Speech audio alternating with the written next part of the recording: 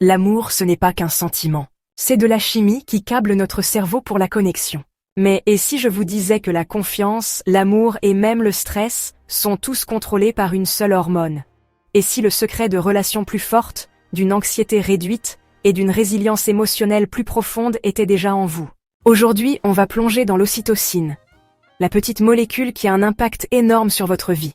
L'ocytocine, aussi appelée l'hormone de l'amour, la colle sociale intégrée de votre cerveau, est en fait la raison biochimique pour laquelle vous ne vivez pas dans une grotte à manger de la mousse tout seul. Produite dans l'hypothalamus et libérée par la glande pituitaire, ce petit neuropeptide ne vous donne pas seulement une sensation agréable. C'est le cerveau derrière la confiance, la connexion et la résilience émotionnelle. Dès votre naissance, l'ocytocine est là, s'assurant que votre mère s'attache à vous, au lieu de vous laisser aux objets trouvés.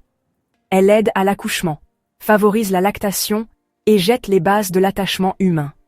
Mais ça ne s'arrête pas là.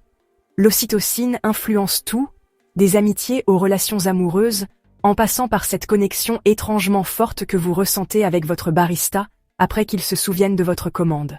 Il a même été démontré qu'elle rend les gens plus confiants, à tel point que dans une étude, les participants ont littéralement donné plus d'argent à des inconnus après une dose d'ocytocine.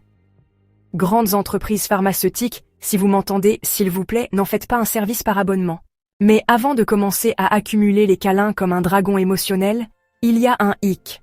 L'ocytocine a aussi un côté obscur. Bien sûr, elle renforce les liens sociaux, mais parfois au détriment du renforcement des biais de groupe.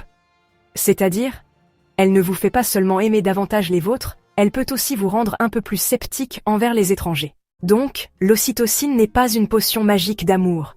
C'est plus comme un amplificateur social qui augmente les dynamiques déjà en place. Et en parlant d'augmenter les choses, l'ocytocine agit en synergie avec la dopamine et la sérotonine. C'est pourquoi les bonnes conversations, les contacts affectueux et même le rire sont si gratifiants.